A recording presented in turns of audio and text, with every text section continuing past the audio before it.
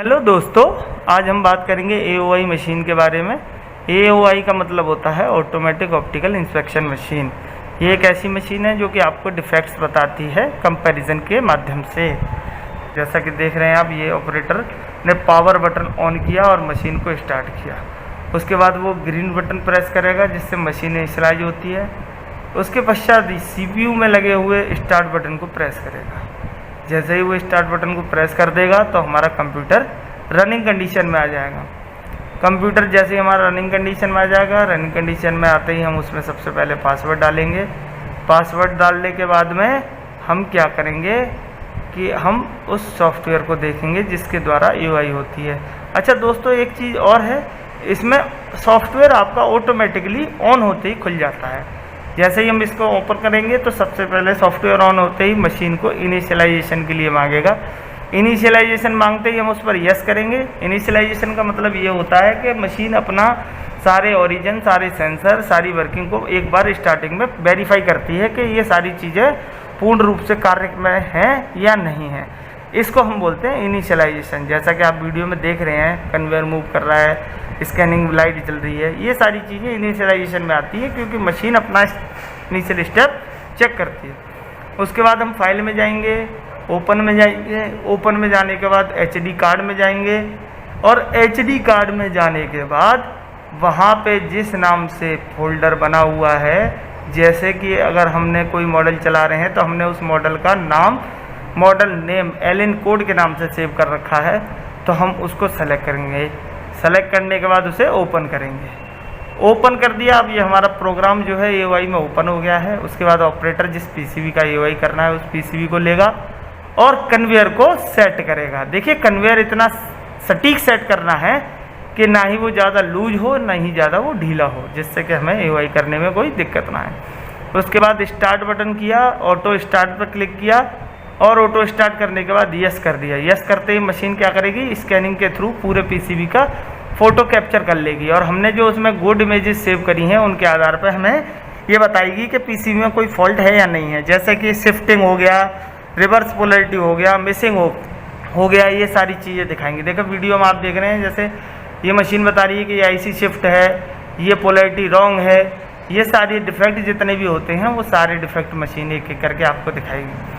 अच्छा, साथ ही दोस्तों ऐसा होता है कि कुछ जगह हमें कन्फ्यूजन होती है कि मशीन क्या बता रही है और हम क्या देख रहे हैं। उसके लिए क्या होता है कि हम उसको बीच को विजुअल देख लेते हैं, हमें जहाँ पर डाउट होता है। ऑपरेटर क्या करेगा, PCB को निकालेगा, निकालने के बाद उसको विजुअली चेक करेगा। जैसे कि अगर मशीन बता रही है ओके और हमें लग रहा है कि नहीं जी ओके नहीं है, तो ये क्रॉस वेरिफिकेशन भी हो जाता है एक बार विजुअली चेक करके। इस प्रक्रिया को कंप्लीट करने के बाद ऑपरेटर का जो काम है वो है अपनी मार्किंग करना, जिससे कि ये ट्रेसेबिलिटी हो सके कि ये किस ऑपरेटर ने करा है और इस प्रोडक्ट का AOI हुआ है या नहीं हुआ है। मार्किंग करने के पश्चात ये पूर्ण रूप से प्रक्रिया संपन्न हो जाती है और इसको ऑपरेटर इस कार्ड को नेक्स्ट स्टेज के लिए फॉरवर्ड कर देता है, जिसमें हमने एक ट्रे है और उस ट्रे को लगा रखा है इंस्पेक्शन ओके PCB।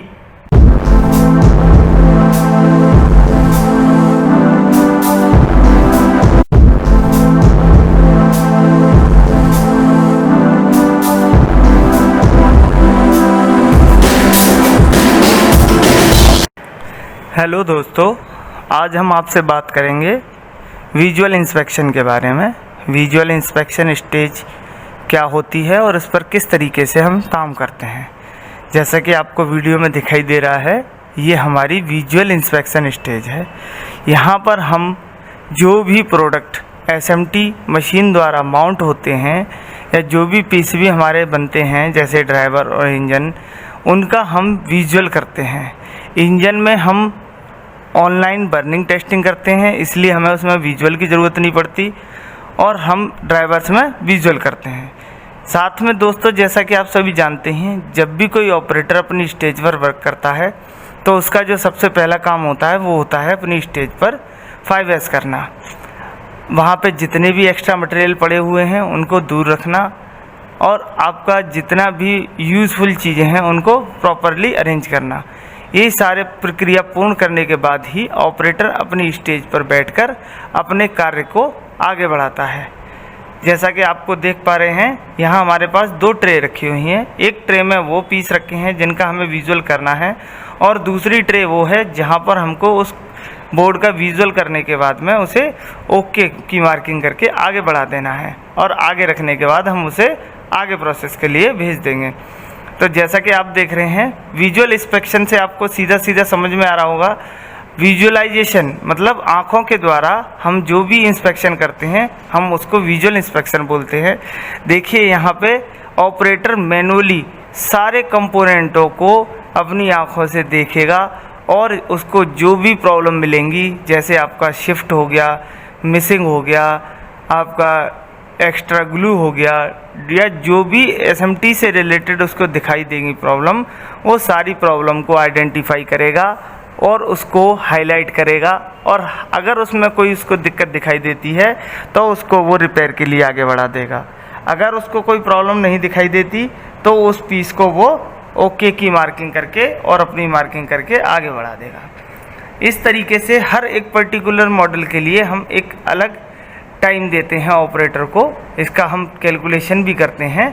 अब देखिए उसके बाद क्या हुआ, जब उसका विजुअल इंस्पेक्शन पूर्ण हो गया तो उसके बाद वो उस पर अपनी मार्किंग करेगा। देखिए आप देख रहे हैं टी की जैसे मार्किंग हमने इस ऑपरेटर को दी है, तो ये विजुअल इंस्पेक्शन कंप्लीट होने के बाद अपनी मार्किंग करेगा, जिससे हमें पता चल सके ये विजुअल इंस्पेक्शन किस ऑपरेटर ने किया है।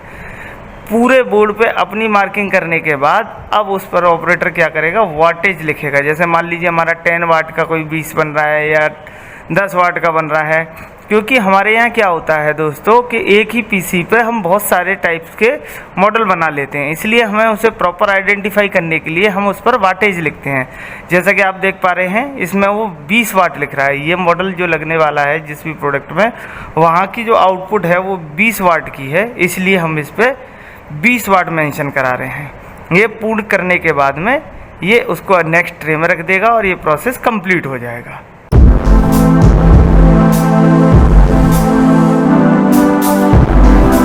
हैं एक्सरे मशीन का, उस प्रॉब्लम को ट्रेसेबल करने के लिए, उस प्रॉब्लम को आइडेंटिफाई करने के लिए हम एक्सरे मशीन का यूज करते हैं, जिससे कि हम उसे आसानी से उसके अंदर भी जो प्रॉब्लम आई है उसको ट्रेस कर सकते हैं और उसको समझ सकते हैं।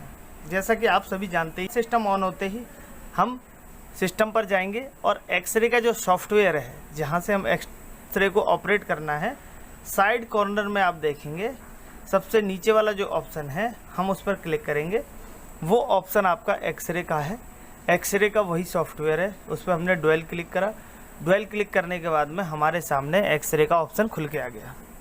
जैसे हमारा एक्सरे का ऑप्शन खुलकर सामने आ जाएगा तो हम क्या करेंगे, अब मशीन को स्टार्ट करने से पहले हमारी मशीन का जो वर्क है वो सबसे पहले मशीन ओरिजिन होएगी।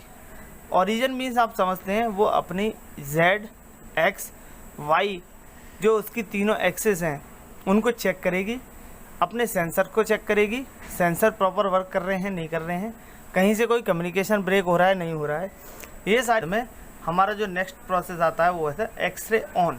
अब हम क्या करेंगे, एक्सरे ऑन पर क्लिक करेंगे। एक्सरे ऑन पर क्लिक करते ही हमारी जो मशीन है उसमें ऊपर जो एक्सरे वाली लाइट है वो लाइट ऑन हो जाएगी। ये देखिए एक्सरे वाली लाइट ऑन हो गई है। ये एक्सरे वाली लाइट ऑन होते ही हम समझ जाएंगे कि हमारी एक्स रेज जो उसमें चैम्बर में वर्किंग में आ गई हैं। उस कंडीशन में हमें कभी भी गेट ओपन नहीं करना है। उसके बाद जैसे ही हम वो करेंगे तो दोस्तों हमारी मशीन वार्म अप में चली जाएगी, और हमारी मशीन को वार्म अप होने में कम से कम 15 से 20 मिनट लगती हैं। जब भी हम प्रोडक्शन बंद करने के बाद 20-25 घंटे बाद या आपका एक शिफ्ट के बाद मशीन को ऑन करते हैं तो हम उसे वार्म अप कराते हैं। उसके बाद में ऑपरेटर जिस पीसीबी का उसको एक्सरे करना है उसको लेके आएगा, उसको आपका जो है टेबल पर रखेगा। टेबल पर रखने के बाद डोर को क्लोज़ करेगा। डोर क्लोज़ करने के बाद सिस्टम पे जाएगा। सिस्टम पे जाके आपका एक्सरे ऑन का बटन क्लिक करेगा। एक्सरे ऑन का बटन क्लिक करने के बाद जो कीपैड एरो दिए हुए हैं सिस्टम पे, उन कीपैडों की सहायता से टेबल का Z, Y, X में मूवमेंट कराकर जिस एरिया का हमको एक्सरे करना है उसे प्रॉपर क्लियर जूम कंडीशन में लेकर आएगा। ये देखिए यहाँ पे हमें जिस LED का एक्सरे लेना है उसको हम प्रॉपर जूम कंडीशन में लेंगे। उसके बाद आपका कंट्रोल पे क्लिक करेगा और उस एरिया को सेलेक्ट करेगा जहाँ पर हमको वॉइड्स निकालने हैं या जहाँ पर हमको फॉल्ट पता करना है। जितने एरिया में हमको फॉल्ट पता करना है उतने एरिया पे हम क्या करेंगे, उसको सेलेक्ट कर लेंगे पूरा का पूरा। हम वॉइड्स कैलकुलेट करने के लिए मोस्टली एक्सरे मशीन का भी यूज करते हैं। ये आप वीडियो में देख रहे हैं, जैसे कि जो जो एरिया हमको पता करना था, इंस्पेक्शन करना था, वो हमने क्लिक कर लिया। उसके बाद विजुअल इंस्पेक्शन में जाएंगे, वहाँ पर क्लिक करेंगे। उसके बाद एक फ़ोल्डर आएगा, वहाँ पे इंस्पेक्शन लिखा आएगा, उस पर क्लिक करेंगे। इंस्पेक्शन पर क्लिक करते ही हमारी इंस्पेक्शन की रिपोर्ट जनरेट हो जाएगी। रिपोर्ट जनरेट होते ही हमें पता चल जाएगा कि हमारा जो रिज़ल्ट है वो NG है या ओके है। जैसा कि आपको दूसरी स्लाइड में दिखाई देगा, वहाँ पर ओके लिखा हुआ आएगा, ये देखिए गुड। इस तरीके से हमारा पूरा प्रोसेस कंप्लीट हो जाता है और हमारी रिपोर्ट जनरेट हो जाती है।